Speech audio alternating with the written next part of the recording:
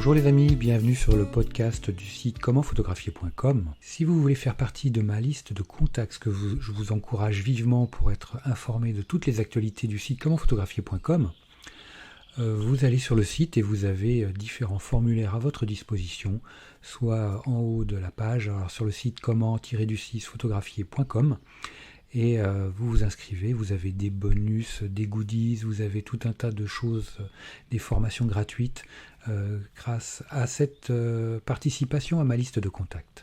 Alors dans cette série de podcasts, on va parler de quels sont les filtres qu'il est intéressant d'avoir et puis surtout de maîtriser pour la photographie de paysage.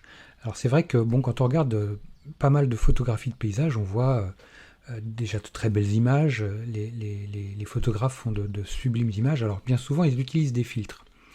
Alors l'objectif de cette série de podcasts, c'est de savoir quel type de filtre ils utilisent et comment on fait pour les utiliser. Dans ce deuxième podcast, on va parler du filtre polarisant, mais avec l'eau, tous les éléments aquatiques que l'on peut avoir à prendre en photo.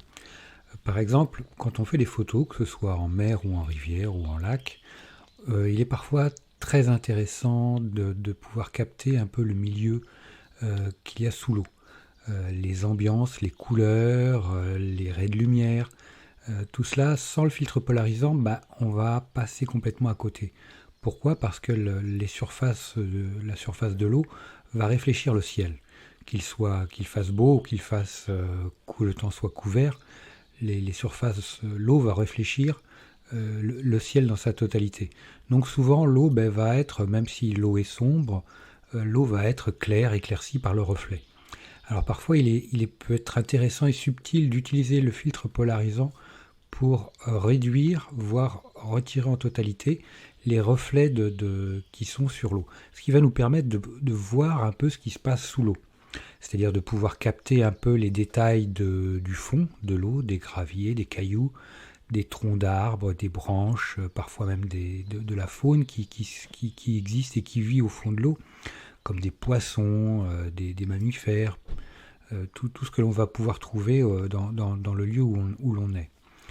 Il y a aussi un côté intéressant, c'est que ça va nous permettre, par exemple, si on est sur un site comme une cascade, une chute d'eau par exemple, tout en bas on est dans un univers où tout est humide, tout est mouillé et tout est reflet. Les rochers sont luisants et blanchis par les reflets du ciel. Donc l'utilisation du polarisant va nous permettre de mieux capter la couleur de la matière de l'environnement.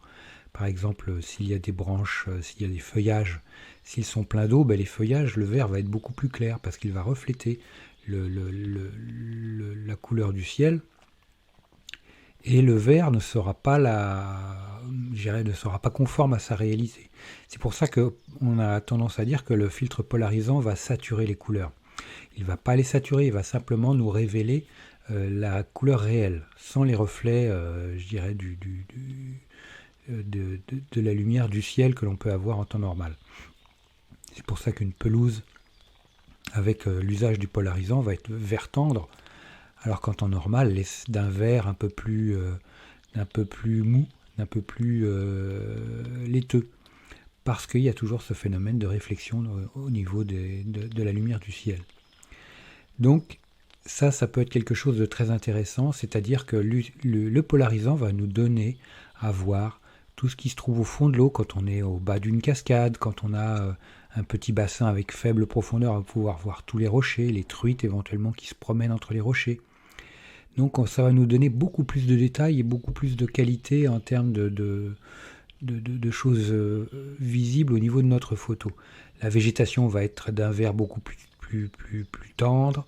Ça va nous éviter également du post-traitement parce qu'on va avoir un effet, grâce au polarisant, on va avoir des effets qui vont être vraiment plus valorisants pour notre photo. Alors comme la plupart des effets, on va pouvoir, avec le filtre polarisant, on va pouvoir moduler cet effet.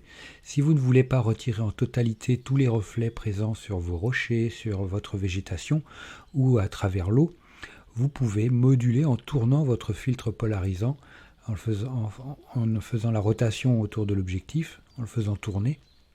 Vous pouvez moduler son effet sur les reflets de l'environnement. Comme ça, vous pouvez voir plus ou moins au fond de l'eau. Vous pouvez exciter un peu plus ou moins les reflets sur les feuilles des arbres, sur l'herbe, sur les rochers, sur tout ce que vous avez autour de vous. Donc ça sera à vous de voir comment jauger, comment doser. C'est le terme que je recherchais. Voilà, comment doser réellement les effets que vous souhaitez avoir. Voilà les amis, la dernière fois nous avons vu quels étaient les effets du filtre polarisant sur le ciel. Aujourd'hui on a vu quels étaient les effets du filtre polarisant sur l'eau et les reflets en règle générale. La prochaine fois nous allons voir quels sont les effets si on utilise un filtre complètement différent qui sera le filtre ND dégradé. Alors autre chose les amis, je voulais vous parler de la sortie de la nouvelle formation sur la photo de paysage, la numéro 39, qui se déroule au Port des Champs. Alors c'est un petit port qui ressemble à un petit village qui est traversé par un bras de mer. Mais ce bras de mer ressemble à un peu une rivière, sauf que cette rivière soumise aux marées, vous avez des petites estacades, des bateaux de pêche, des plates d'ostréiculteurs, vous avez un peu tout type de bateaux. Et j'ai photographié, j'ai fait les photos de ce lieu au petit matin.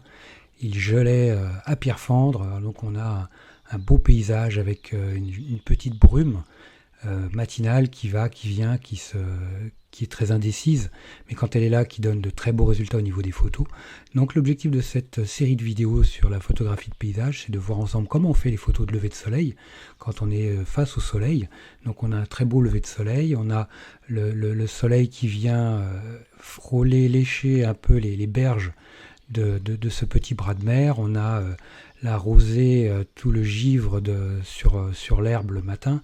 On voit également le givre je suis sur un monticule en coquille d'huître avec des bâtiments de pêcheurs en face de moi qui sont multicolores et cette lumière du soleil qui se lève peu à peu pour annoncer une belle journée avec de très belles conditions météo. Mais en même temps, ce jour-là, il faisait super froid. Donc on va voir ensemble comment vaincre le contre-jour, comment avoir de belles lumières au niveau du lever de soleil, comment vraiment avoir le soleil avec tous ses détails, comment vaincre le contre-jour avec toutes les zones qui seront à l'ombre malgré tout. Donc voilà, pas à pas, on voit ça ensemble. Donc de la prise de vue avec le matériel, avec les modes de prise de vue, quelle technique je vais utiliser, ainsi que sur la post-production. Donc la post-production, on va faire pas à pas, on va voir ensemble comment je vais sélectionner mes images, comment je vais les retravailler dans Lightroom, mais ça sera également possible que vous fassiez cette post-production sur d'autres logiciels sans aucun problème. Et puis pour finir, on va voir ensemble comment retoucher notre photo dans Photoshop, certaines photos, parce que comme la marée descendait, je suis venu à marée haute, mais malheureusement la prise de vue a duré un certain temps, la série de prises de vue a duré un certain temps, et la marée est descendue pendant tout ce temps. Donc ça a dévoilé quelques artefacts humains qui n'étaient pas très chouettes. Donc j'ai des sacs poubelles, j'ai des choses comme ça qu'on va voir ensemble dans Photoshop, pas à pas, comment est-ce qu'on fait pour les retirer, pour avoir un résultat final irréprochable. Voilà les amis, écoutez, vous avez une promotion sur cette nouvelle formation qui est à une réduction de 60% avec le code 39, 3 et 9 en chiffres arabes. Si vous voulez savoir où retrouver cette formation pour y participer, pour la regarder, télécharger les vidéos, parce que vous avez également les meilleurs fichiers RAW et PSD à télécharger avec cette formation. Vous avez les coordonnées GPS du lieu, si un jour vous voulez y aller, si vous n'êtes pas du coin pendant vos vacances. Vous avez donc cette réduction pendant la semaine de lancement de cette nouvelle formation et ce code de promotion de 60% est valable jusqu'à dimanche prochain. Voilà, je vous souhaite d'excellentes photos et je vous dis à très vite sur commentphotographier.com. Ciao les amis.